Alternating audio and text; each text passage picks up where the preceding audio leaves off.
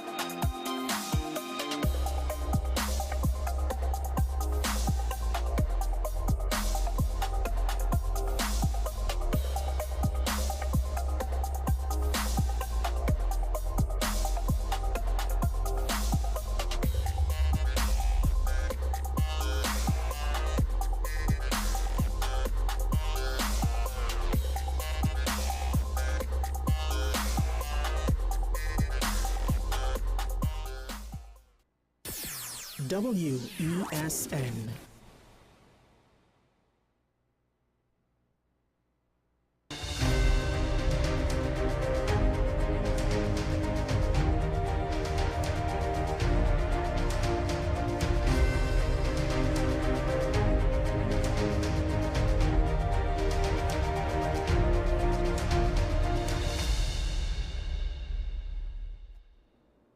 Good morning and welcome to AM Prime here on WESN. I am Takia Thompson, your host for our Wildlife Wednesday show. This morning, we'd like to start with an international feature in our Behind the Lens segment. As winter's grip loosens across the greater Yellowstone ecosystem in the U.S., one of the world's most iconic wilderness landscapes bursts back to life. From grazing bison and roaming bears to vibrant bird life and breathtaking mountain scenery, summer offers a front row seat to nature at its most active. Capturing these remarkable moments is international wildlife photographer and content creator Evan Watts, whose passion for conservation and visual storytelling has attracted audiences around the world.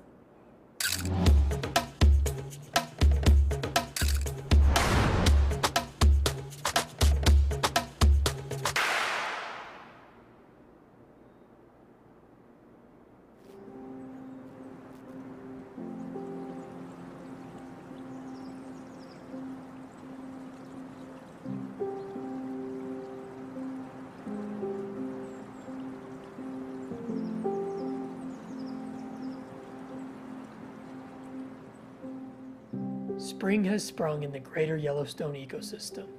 Or at least, it just had back when I actually filmed this. What's up everyone, welcome back. In this video, I spend a month in Yellowstone in my favorite time of year, the spring. Green grass is growing and the baby animals are being born by the thousands as Yellowstone wakes up after another long winter. This is a time when the park comes to life, and I can't wait to capture all the magic that spring has to offer. Let's get into it. There are bison calves absolutely everywhere out here. It was calving season in Yellowstone, when all the bison, elk, pronghorn, and more give birth to their young. This is timed perfectly to be late enough in the year to avoid last winter, and early enough in the year for the calves to have the best chance of surviving next winter.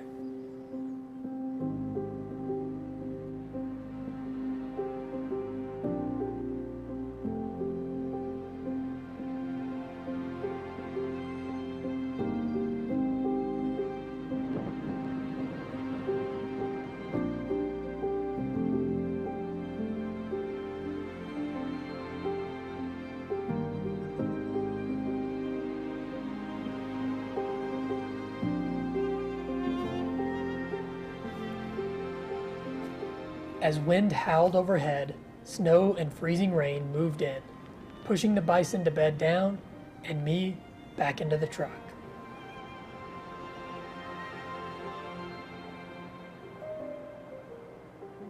Winter was still alive, even if barely, in the high elevations, and it wasn't done showing face just yet.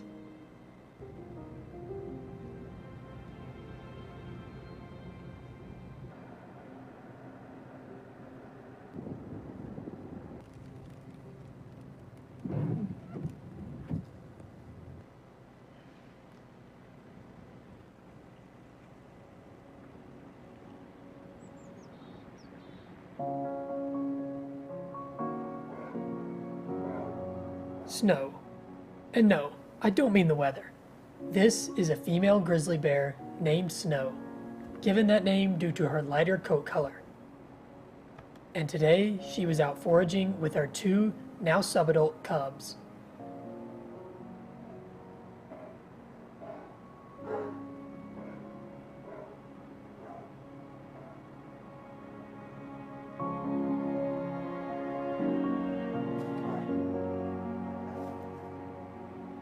These bears have been in a few vlogs before this, but last time we saw them, the cubs were in their first year and were incredibly vulnerable. Now, they were almost full grown, and soon Snow would be kicking them out to live on their own.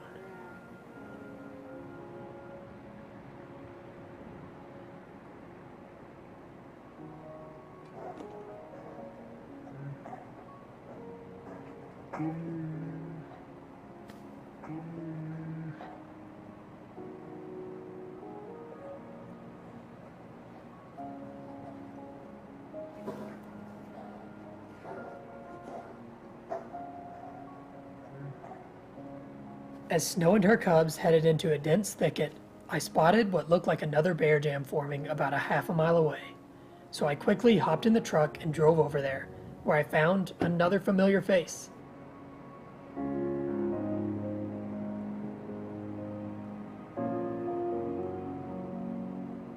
This is Jam, Snow's younger sister, and she's another bear I've featured on the channel many times before. Thankfully, the weather had died down a bit by now, and Jam was ready to give us a show.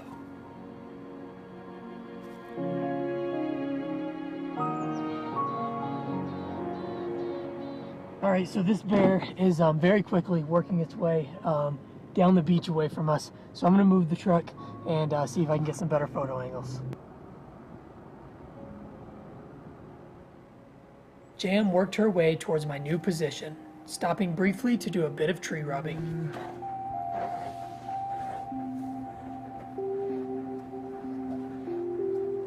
Tree rubs are one of the many ways bears communicate with one another.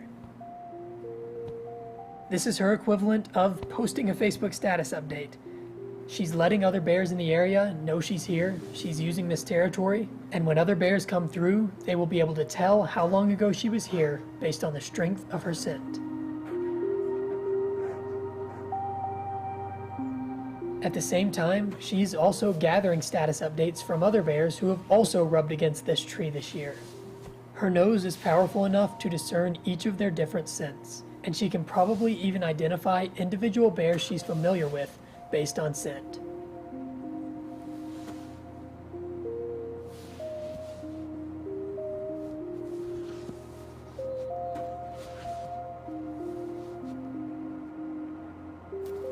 Jam continued towards me, walking along the edge of the hill and allowing for some beautiful images of her against the sheets of ice still floating on Yellowstone Lake from last winter.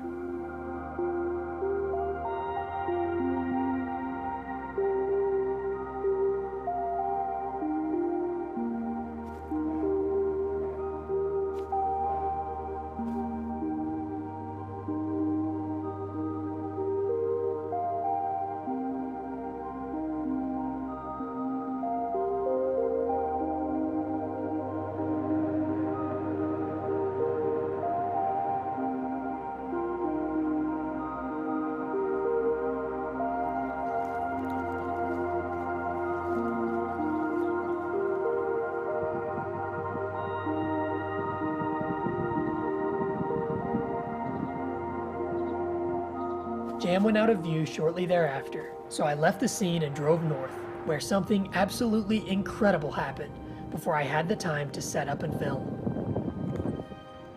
Oh my God. Wolves. That was insane, guys. Oh my God, here are the shots.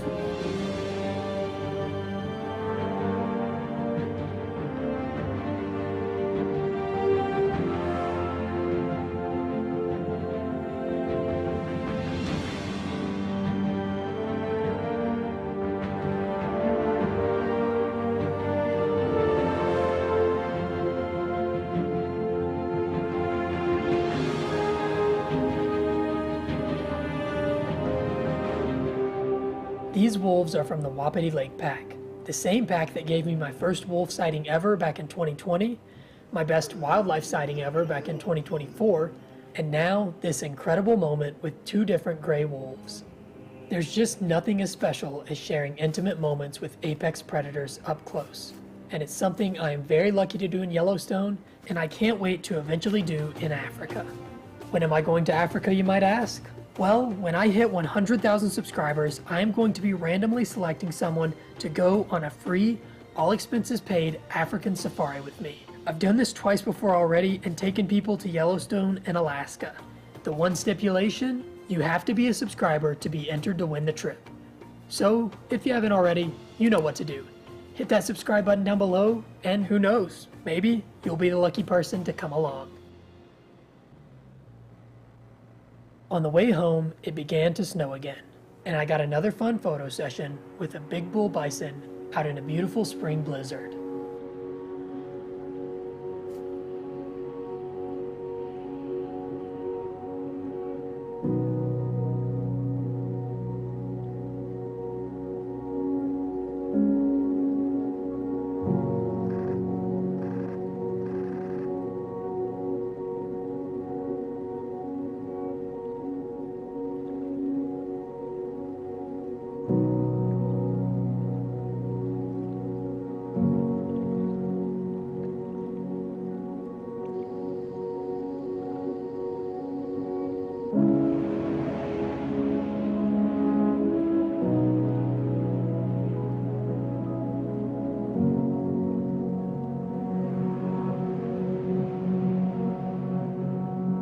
A few days later, I went out into Yellowstone's northern range, which makes up the upper 20% of the park.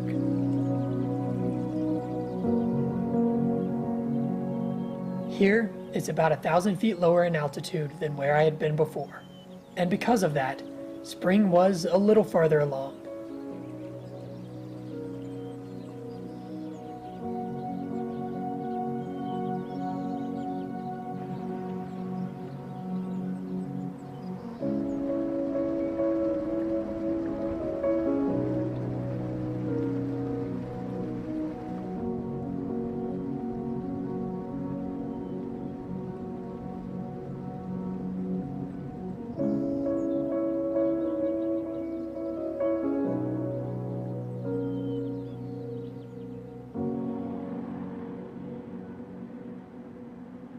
Alright, so I'm out here in Cook City, Montana right now. I just finished wrapping up eating lunch, and I'm about to head back into the park to see if we can find a photograph. The clouds have gotten really dramatic. It's even more overcast than earlier. It just looks really nice for photography. It's going to be nice soft light, so I'm excited to see what we can find. Unfortunately, I hadn't seen much on my drive from Gardner to Cook City. So, on my way back through, I decided to stop and just focus on some of the smaller, overlooked species of the park.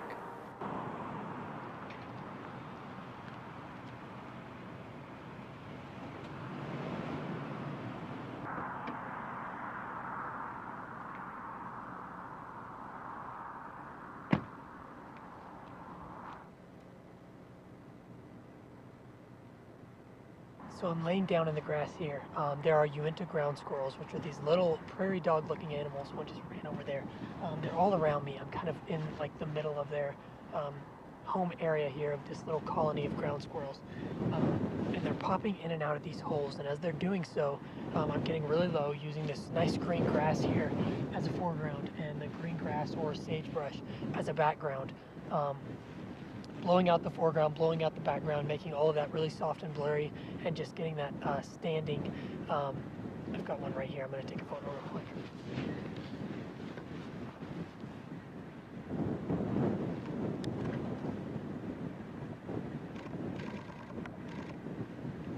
Okay, just getting that standing ground squirrel as the part of the image that's in focus, and it's working really nicely. Not the most exciting subjects in the world, but still an important part of this ecosystem, and the prey species of the #1 animal we're trying to photograph in this vlog, the American badger.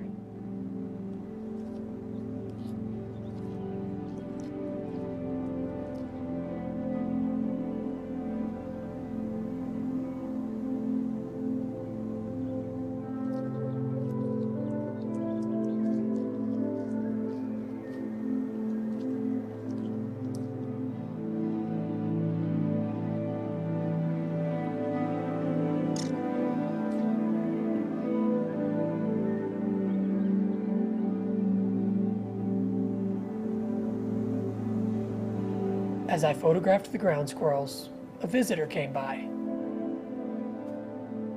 These ground squirrels are a favorite food of coyotes, so as cool as it was to see, the passing canid drove my subjects back into the safety of their burrows.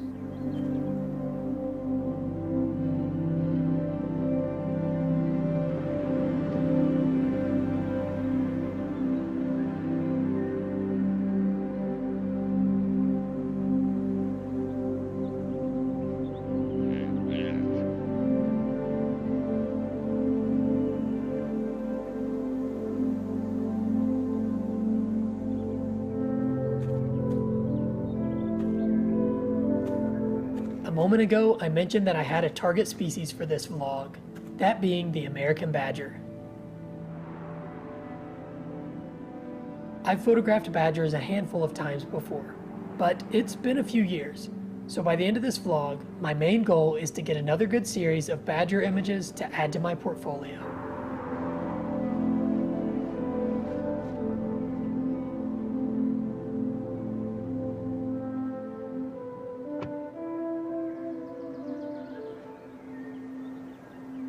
So I'm currently hiking out to a spot where I've seen badgers before. Never really had a chance to photograph one out here, but I have seen them moving around in the area. It's good habitat. Really all of this is good habitat. So I'm just looking for signs of them, looking for fresh digs, and obviously a prey source like the Uinta ground squirrels we photographed earlier. And if I can find that, then I might find a badger. I definitely had success finding sign of badgers, coming across dig after dig made by these fierce little animals. However, all my hike yielded animal-wise was a nice pronghorn image.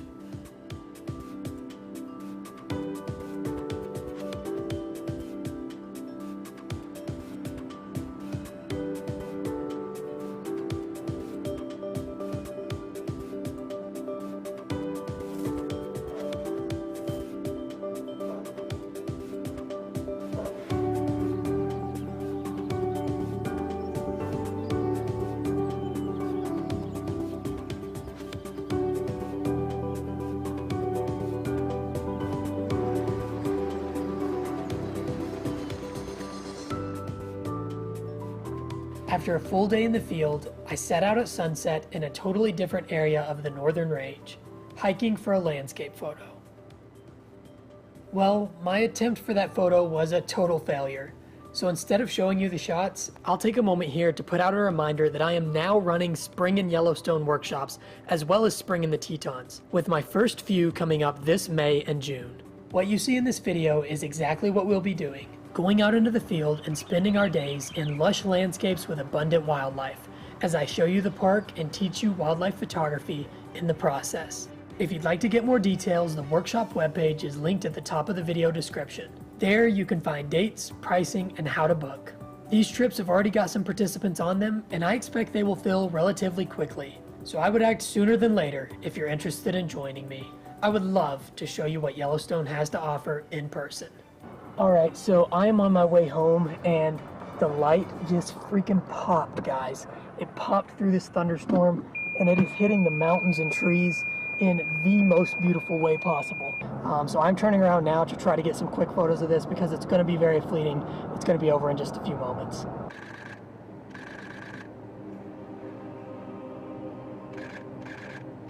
Oh my God, this is unreal. This is incredible. This light is absolutely perfect right now.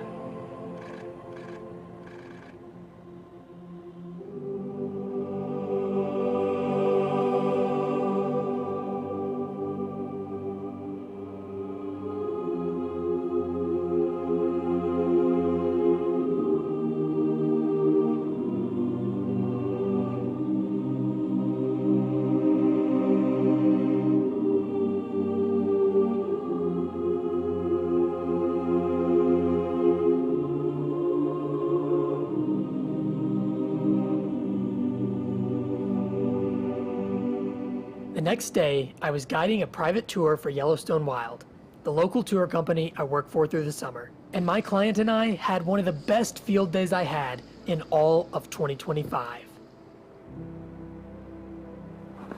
Another familiar face, although one I hadn't gotten any good images of in almost 4 years. The Obsidian sow, also known by her tag number 815. She had 3 subadult cubs alongside her.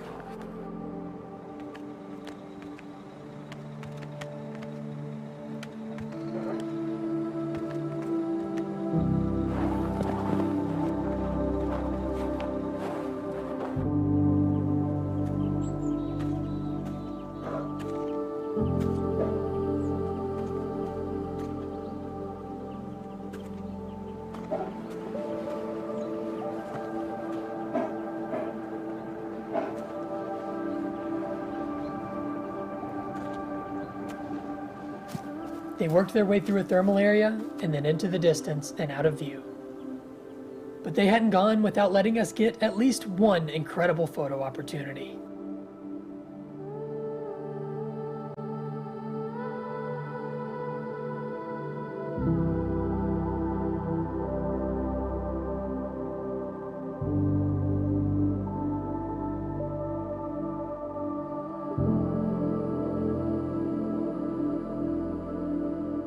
After Obsidian disappeared, we continued down the road, and to our great surprise, found another familiar bear family. So I am with some clients out here in Yellowstone. We just had the Obsidian sow, and now we are with the barrel sow who just came out of the trees here. This is awesome.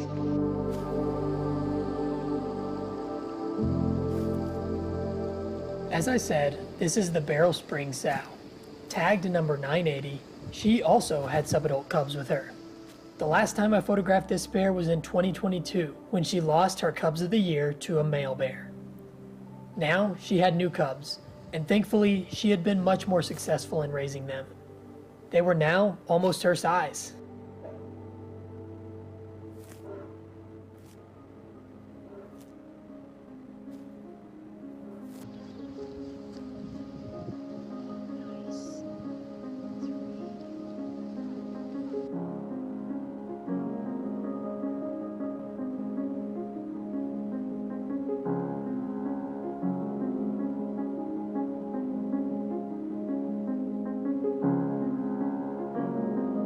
In the spring, this is the vast majority of what you see grizzly bears doing. Grazing.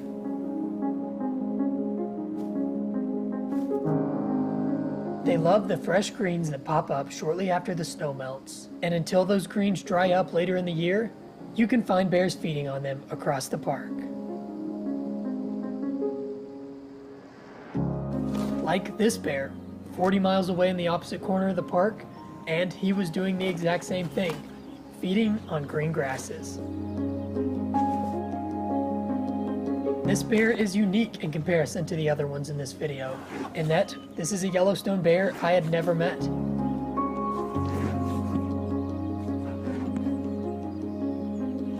He was an absolutely gorgeous young male, tagged G288. G288, or we'll just call him 288 for short, is about 5 years old, and he's still nowhere near his prime.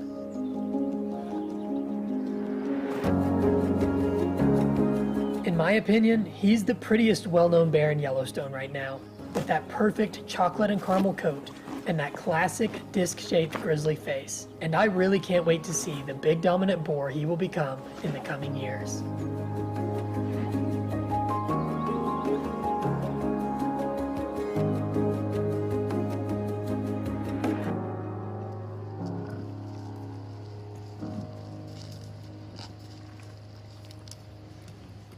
Spring was coming to an end now, and if I wanted those badger images, my window was shrinking.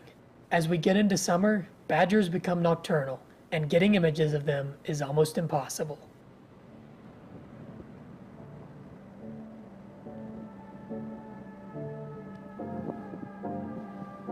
Alright, so it's very windy. I'm using the car doors as kind of a windshield right now, but way out here, a pronghorn just gave birth to at least one fawn. I think I see two in there, which is really cool. It's just the time of year, the start of June, where they start to drop the fawns, and within a few minutes the fawns are up and walking, and that's such a cool thing to witness for the first time, and we're seeing that right now.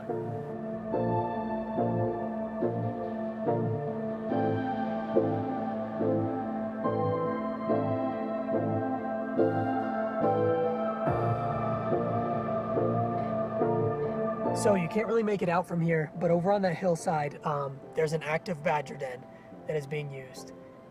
So this is what I've been looking for. So I'm gonna get out here, I'm gonna set up my tripod, camera gear, the whole 9 yards. This is a waiting game at this point. The mother was seen going in and out of the den this morning, but hasn't been seen since. So it's just a matter of waiting until the next time she pops out and hopefully getting those photos that I'm looking for. I got incredibly lucky here. This mother badger had moved her young to a roadside den just a couple days ago, and it was timed perfectly for me to have the opportunity to set up and wait for them to show. Or not wait at all.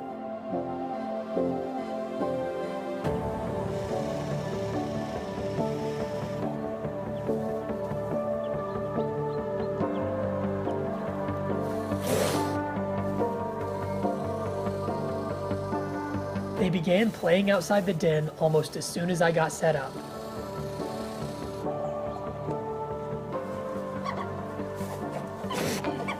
After a short play session, the kit went back into the den, and Mom, after sniffing around a bit, went out on a hunt. That was just an appetizer. As the day lengthened and the light got softer, the main course, my photo opportunity, would eventually come.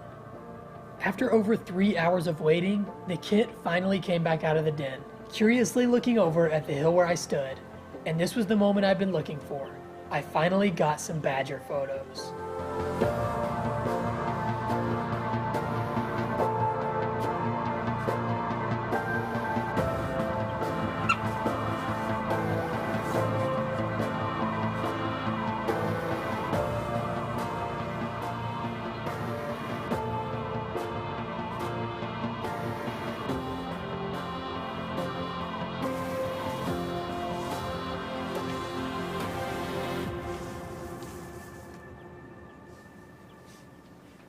This isn't the intimate portrait of a badger I was really hoping for, but it was a badger den nonetheless, and a new and unique shot in my portfolio.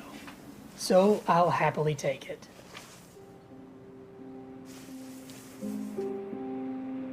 It had been a truly glorious and photographically successful spring in Yellowstone, but summer was quickly making its presence known, and my next adventure approached. I would soon be returning to Alaska, where I would camp among brown bears along a remote salmon stream and capture some of the most incredible moments I've ever experienced. But I've still got a lot of work to do on that video, so until then, thank you all for watching, get out there and shoot some photos, and I will see you all in Alaska.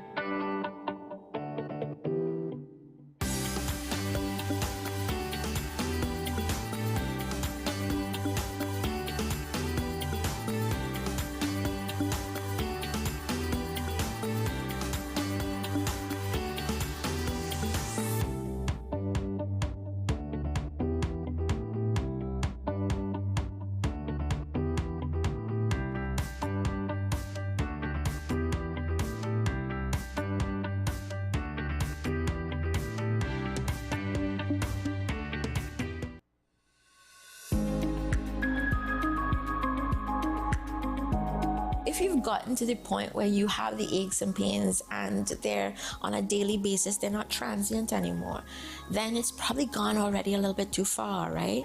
So what a patient has to understand, what your audience has to understand, is the fact that you need to pay attention to self now, in that perimenopausal age range. We're talking about right? 40s. In your 40s. From the time you hit 40, in your start 40s, to you know it's change. coming. You can't escape it, right? Start to change the way you take care of yourself. Yes, exactly. And you have to know what options are available to you.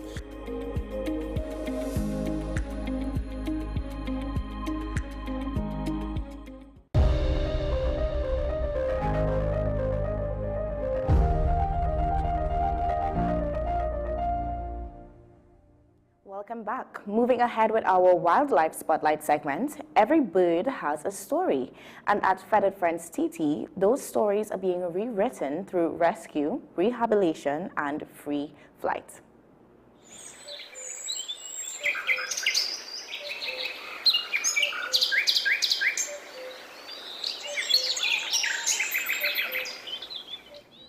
What started as one young boy's fascination with macaws and parrots has grown into a sanctuary dedicated to giving these birds a second chance at life, while educating the public on proper care and conservation.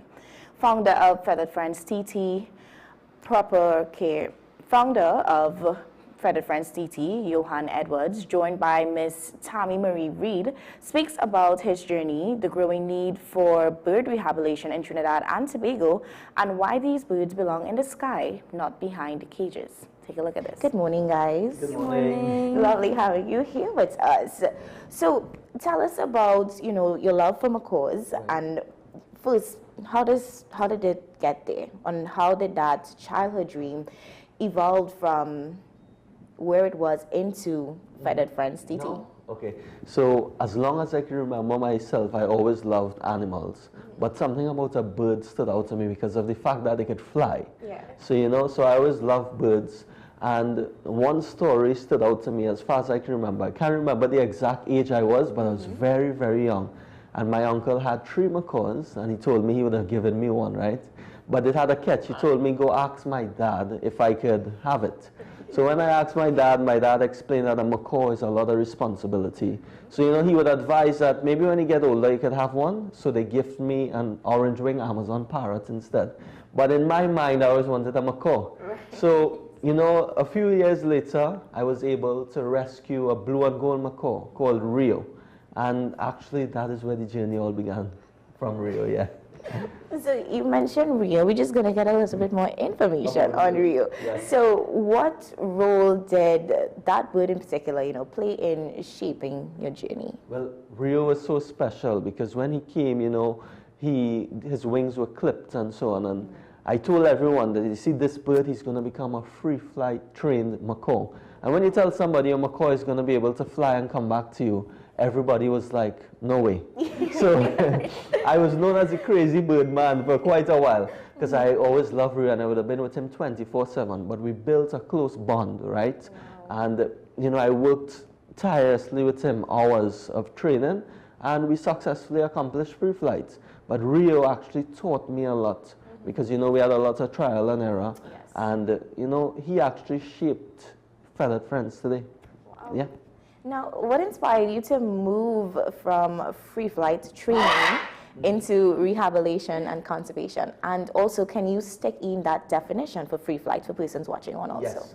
So what really opened my eyes to conservation was everywhere I took Rio to fly, I realized we wouldn't see any more macaws flying. Wow. And blue and gold macaws are native to Trinidad and Tobago, as long with the red-bellied macaws. So I asked myself, I said, how come, we don't see them flying in the wild? And then I started to do a lot of research, and I realized in 1959, there were only 15 blue and gold macaws left in the wild. And in 1970, they were totally extinct in Trinidad and Tobago. Wow. So I wanted to challenge myself, and I wanted to say, okay, how could you try to help reintroduce these birds, yes, or have a successful growing population again? And that's where it started. I started to rescue birds, adopt birds, rehabilitate them, and then release them. Yeah. Now, you mentioned noticing, that very limited macaw population in Trinidad and Tobago. How serious is that issue today, and what species do we have here in Trinidad? So to this date, Feathered Friends, we have successfully released over 30 macaws. So they were the pastoral rehabilitation process, and now we release them back into the wild. So I would say just by us releasing 30, along with, you know, there's some other groups, I think Asa Right and a few others that started it in the 1990s. So we have a stable population as of now, but, you know, we are doing a lot of work behind the scenes, and I'm sure they are as well, to protect the species. Definitely. Now, what are some of the most conditions rescued parrots arrived in? So the most common condition is feather plucking, and this is due to stress. This is due to poor environments and a poor diet, and that's when the birds physically pull their feathers out. Yeah. That sounds like a very painful, just to even think about it, so to imagine what they might be going through. Can you describe what that rehabilitation process, you know, for a bird would look like that has experienced neglect or years of confinement? Sure. So our first stage of rehabilitation would be our quarantine, and this is to ensure that the birds are not sick or carrying any diseases, and that's because it can transfer from one bird to the next. Our second stage of quarantine would be our second aviary, where we allow for their feathers and wings to fully grow out. They would then be placed into our third aviary, which is where they're introduced to the rest of the flock and they get accustomed to the environment. And then lastly, that's when they would be released. Now, throughout these stages, it's not one bird that goes through all of them, so they're flocked going through the process. So they get to know each other and bond so that when they are released, they are one big happy flock. Wow, just wow. What has been one of the most emotional, even rewarding rescue stories for you personally? Personally, my favorite bird is Jojo, but one of our most touching stories would be Ruby. She is one of our green-winged macaws, and Ruby has been confined to a cage for 16 years. So from rescuing her from this small cage to her coming into our care and then fully now flying and enjoying life, it is one of the most rewarding things. And guests that visit us love to see her in flight. She's amazing. Wow, just wow. Now, many people, they see parrots as beautiful pets. It's no given here in Trinidad, especially.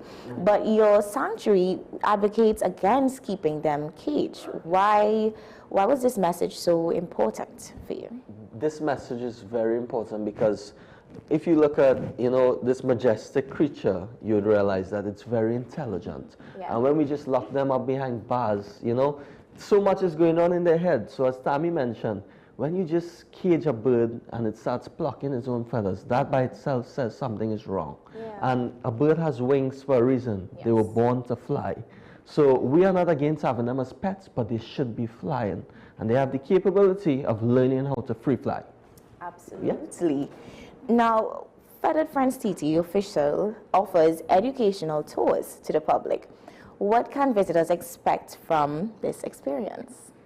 So when guests visit us, they get educated on the different species of macaws and parrots that we have at the sanctuary. They also get to know the rehabilitation process, so they appreciate the work that we do behind the scenes.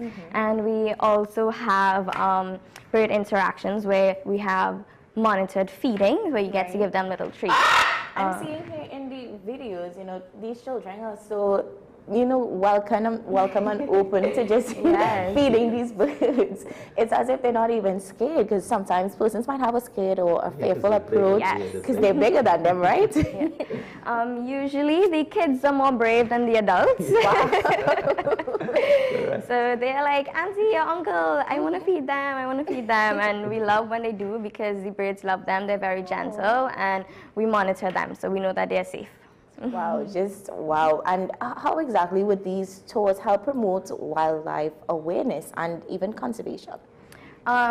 I believe that the most important thing is education. So the more people that are educated on the situation is the more people that can understand it and appreciate it. And from the tours, they come and they learn so much that they're able to spread awareness on what the importance of it is. Definitely. Now, before we continue, I just, because he's doing so much, who do we have here in studio with us today? This is Bob. This is Bob. He's one of our most famous macaws because if you look at the colors, so many people, he's perfect. Yes, he's perfect. So he will be one of our ambassadors, and he is the best. Yeah, he's the best. And his story is amazing. If you want a short, we adopted him, and he wasn't this tame. So this came with a lot of work, and now he doesn't want to leave my side. Yeah, so that's why we chose him to come here. And the guests love that he's so beautiful and majestic, and then when you hear his name, it's Bob. It's Bob. Who did we picking for the name? Well, he came with that name, and Tammy didn't want me to have that name. I tried to add on to Bob's name, but I was not successful. No, but I know you were saying off camera that, he has a lot of personality. These birds has a lot of personality. Now, yeah. He's like, okay, why are we here? He wants to fly. Yes, that's what's going on, because he left the flock home. So now he's like, Daddy, I'm ready to go home. He's like, what's going on? Where are we? Yes. No, but he is very well, tame, and calm, right? he's very calm. And I guess he's really enjoying what's happening this morning because he's not making a fuss as yet. He's quite interested. I believe if he could have spoken, he would have had his own interview. I would not doubt that. Now, with all of this, what challenges come with, running a bird sanctuary in Trinidad and Tobago? I would say, putting a lot of work behind the scenes where people aren't aware of how much work we actually do. Yes. And then with these birds, there's a big poaching problem where people go and they destroy the nest to get the babies and they sell the babies, right? So for us, we put in so much work, and the poachers still, they don't understand the message because in their mind, they just see value, catch them and sell them. So I would say to this date, and it's been so in history, that's why the birds were extinct. People catching them and destroying their nest and all that. And for me, I'd say that's the #1 challenge. Wow. Yeah. Have you seen growing public interest, in animal rehabilitation and conservation locally? So based off on these tours and the feedback that we get from the tours, a lot of people are interested. We've gotten hundreds of thank yous for the great work that we are doing. And I would say from persons attending the tours and understanding what we're doing, they are more interested in it as they are appreciating the work that is being done and how much work it takes to do what we do. Wow, just wow. Now, looking ahead, what are your hopes for Feathered Friends TT and even for the future of bird conservation in Trinidad and Tobago? Right, so for me, it was always bigger than Feathered Friends, right? God opened the door for Feathered Friends to do what we do. And for me, it's about protecting the species, and I want you to wake up every day and look out your window and see macaws flying. Because if a species is native to your country, we're supposed to be seeing them every day, It shouldn't be a rare sight to see. So our goal would be bigger than just Feathered Friends. It would be to actually repopulate Trinidad and Tobago and, make people value these beautiful animals. Wow. Yeah? Just wow. Tammy, you have anything to add to that? The only thing I'd like to add is to educate persons on seeing them nesting, allowing them to nest and leave the nest alone. Stressing on that point because, as Johan mentioned, these birds are beautiful, they're native to here, and the problem with poaching is very serious. So I would just like to highlight that. Yeah. And one more thing for me, they are so much more valuable out of a cage than in a cage, right?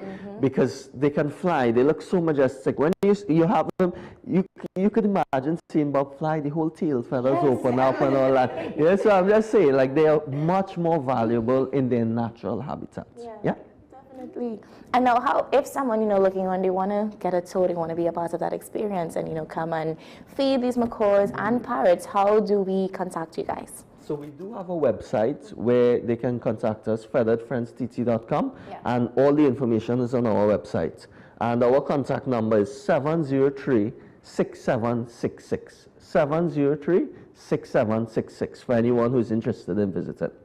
And now some fun questions. What are the typical eats of these birds? Because at one point in the video I saw bananas and then I saw peanuts. So are they pickish with what they eat, or? So a lot of people think that a bird's diet or a parrot's diet is sunflower seeds, and that is not true.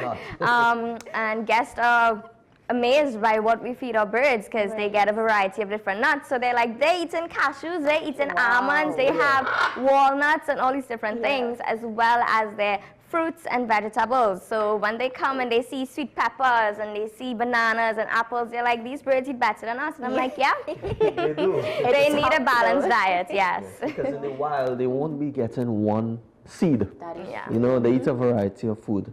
So if you want to keep them in captivity, the least you can do is try to, you know, replicate that. Yeah, definitely. And any misconceptions about having, you know, birds as pets? I would say the misconceptions is that, you know, you buy this beautiful, you know, creature, you rescue it, and the first thing you go for is a cage, you know. I think that people have to understand how intelligent these birds are. I'll actually put some more effort into, okay, if I want a parrot, or I have the opportunity to rescue a parrot, what is this parrot capable of?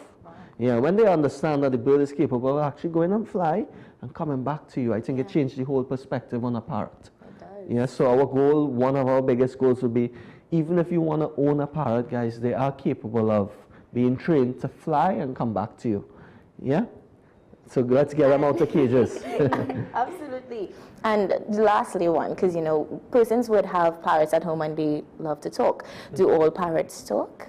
I would say the more you talk to a parrot, the more it speaks. You know, a lot of people think a parrot will come talking, but no. You have to, it's like a child learning to speak. So the more you talk to it and the more you repeat a word. Let's say I want to train Bob to say I love you. I have to repeat that every day for it to stick in his head. Your bird isn't just going to wake up talking. Yes, it's a long process. It definitely is. Now, guys, thank you so much for coming on and being a part of the show. Is Bob friendly? I feel you want to hold him? I mean, yeah. So, guys, if you all come to Feathered Friends, you might get the opportunity to, you know, hold Bob. He's a very well-trained bird, so he actually, you know, you can step up and you get a picture with him. So I'm sure she's going to remember this moment. Absolutely. Guys, you're going to have to, you know, play that back to see that Bob was in my hand. Let's do it one more time for the viewers. Up, Bob. Well-trained, and then he said up and he's back. That is actually really, really cool, majestic as he is. Thank you so much. Better than in a cage. Thank you so much for having us. It was lovely being here. This is so important to even have these conversations about the conservation, about macaws, parrots, birds that we normally tend to just keep in cage because they're pretty and we want to keep them home by us. But like you said, out of the cage is better for them.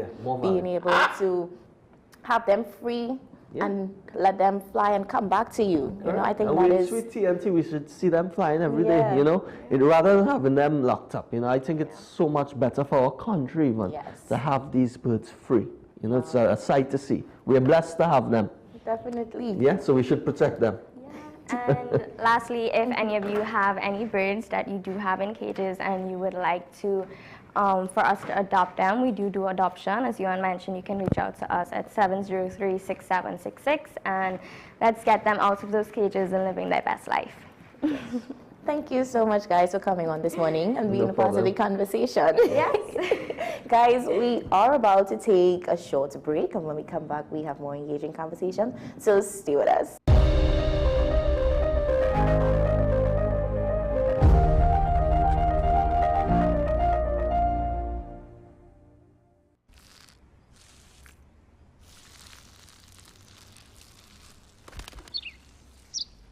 Maybe he landed here totally by coincidence. But if by chance he's admiring your fresh coat of Benjamin Moore soft sky blue, well, that's a pretty high compliment. Coming from an expert. In this day of stay-at-home and work from home, home has never meant more than it does today. Whether you're looking to buy, rent, or build your new home, now is the time to get going. Gittins & Gittins real estate agents are here to take you to that place of your dreams. Let us take you home. We help you find that rental to rest along the way or journey with you to find your home destination. Investors and commercial enterprises too, call us and we'll walk the distance to place your business in just the right location. Owners, leave the headaches to us. We'll find your tenants or buyers while you stay at home. We'll even manage your property at your bidding. Anything real estate, come home to Gittins & Gittins Real Estate. Call us at 760-3280 or 747-1220 or visit us at 16 Fifth Street in Woodbrook.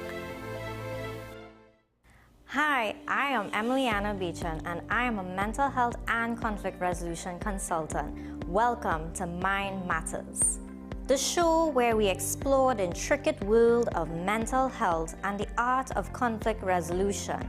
Join us as we hear from mental health professionals, conflict resolution experts, and everyday people who have transformed their lives through understanding and communication. Mind Matters, WESN Content Capital.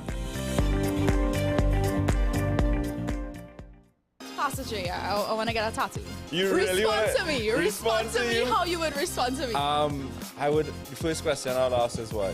Controversial taboo topics. We get so consumed by church, we forget that we have to live the life of being a Christian outside of the Sunday. Like you say, services. we think going to a service makes us a Christian. Exactly. Yeah. Right. So here we are about to hear the second time Pastor J wanted to take a tattoo. Would have been late last year and early this year. Oh gosh. Hope Unfiltered podcast with Pastor J and Ren.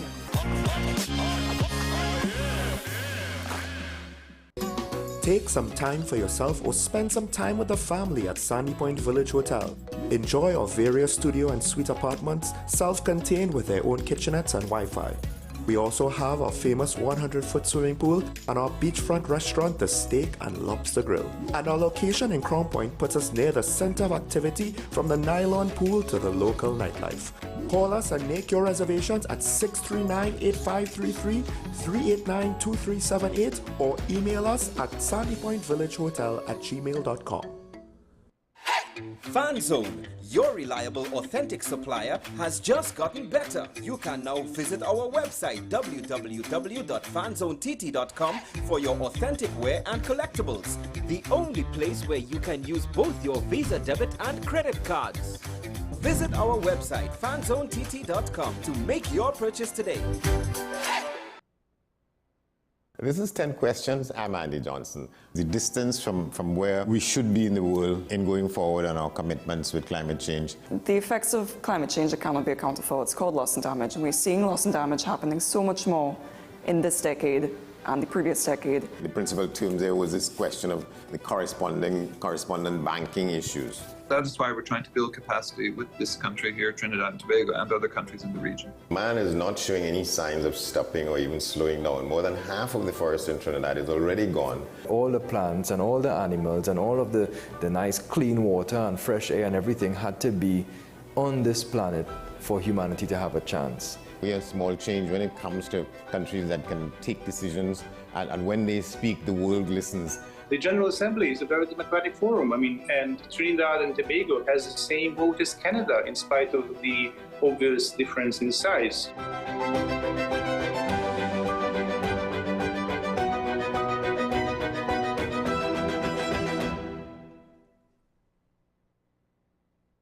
Are you driven, ambitious, and ready to earn? WESN, the content capital, is expanding, and we're looking for dynamic media sales executives to join our team. Sell powerful advertising solutions across television, digital, and social media platforms, and help brands tell their story. If you have strong communication skills, a passion for sales, and the drive to succeed, join WESN today. Send your CV to marketing@wsncc.com or WhatsApp 68-61662 and start building your future.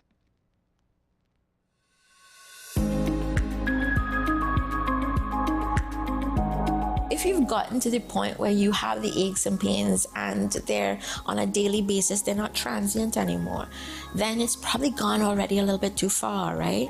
So what a patient has to understand, what your audience has to understand is the fact that you need to pay attention to self now, in that perimenopausal age range. We're talking about 40s. Right? In your 40s. From the time you hit 40, in your 40s, you know it's coming. You can't escape it, right? Start to change the way you take care of yourself. Yes, exactly. And you have to know what options are available to you.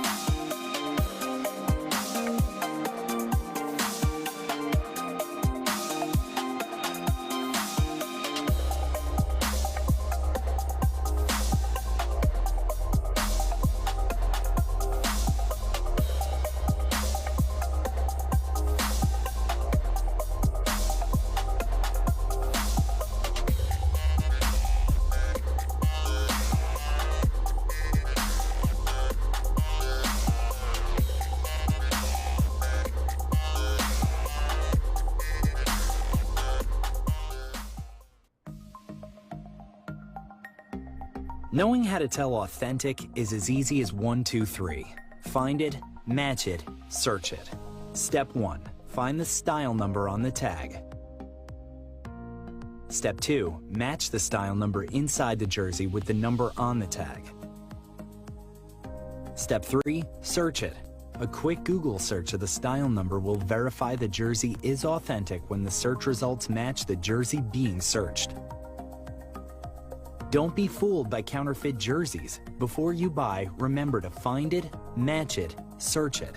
Fan Zone, 2 locations nationwide. Center City Mall, Chaguanas and Movietown, Port of Spain. Nationwide delivery available.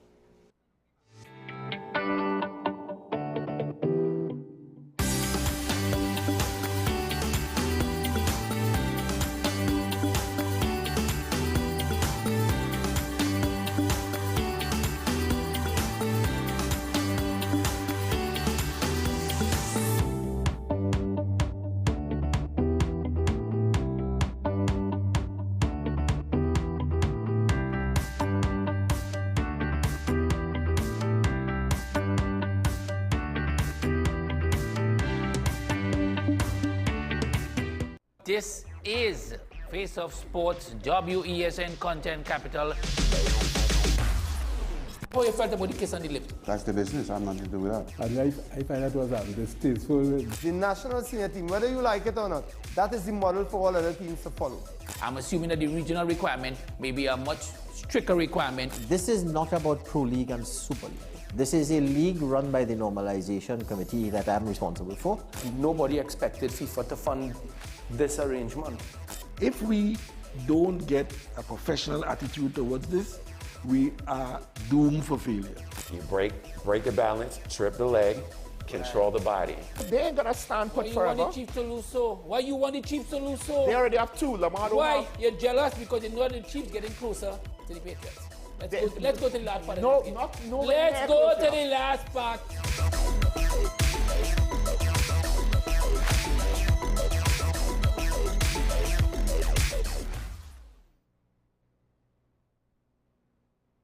The home of Caribbean content is growing, and we welcome you to be a part of the #1 platform for young personalities who are driven to make a positive impact in society. As we continue to reach every corner of Trinidad and Tobago through our daily broadcasts, our social media pages, or through our 75+ digital billboards across the nation, contact us to learn about our competitive rates via marketing at wesncc.com or call us at 628-5835. WESN Content Capital, television with a difference.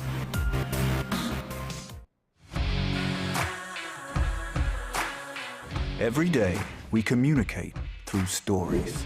Stories of ourselves, our challenges, our goals, our experiences, and our aspirations.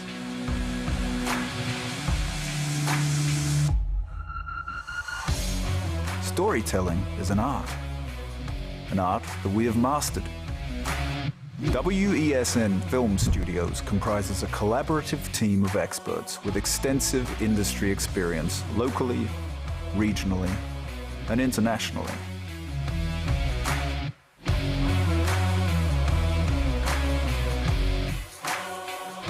The ability of your business to successfully communicate with your preferred audience depends on the strength of the stories you tell.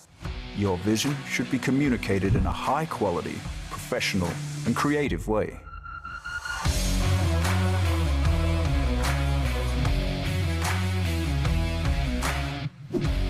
From concept to post-production, advertising to film, multi-camera productions, live events, streaming, and virtual conferencing, we are WESN Film Studio. Let your own unique voice be heard and your vision realized. Call us today at 628-5835 for your next production.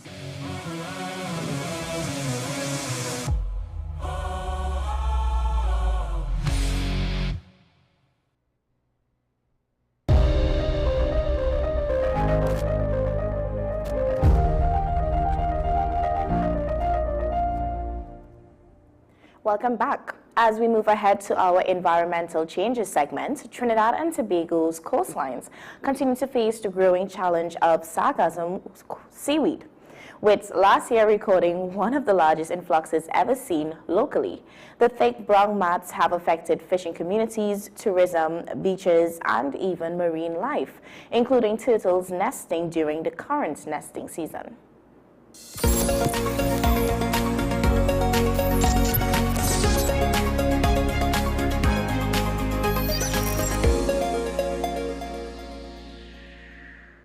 As environmental concerns continue to grow, scientists and advocates are also turning to new technology to better track and predict sargassum movements. The Institute of Marine Affairs says the new floating algae indicator developed through the Copernicus Marine Service could help improve early warning systems and response efforts across the region. Environmental advocate and local book author Katrina Khan-Roberts joins us this morning for this discussion. Good morning. Good morning, everyone. So, Katrina, sure. For viewers who are unfamiliar with the issue, what exactly is sargassum and why has it become such a major concern in the Caribbean? So, sargassum is actually an algae, but we still call it a seaweed. Right. And the reason why it's such a big concern is because just like any other plant, it's taking energy from the sun, it's taking, nutrients from the water, it lives in the ocean. And the thing about nature is that it has its natural balance. And unfortunately, because of human activity, that balance has kind of shifted. And in return, there's always, a repercussion for anything that dips that scale.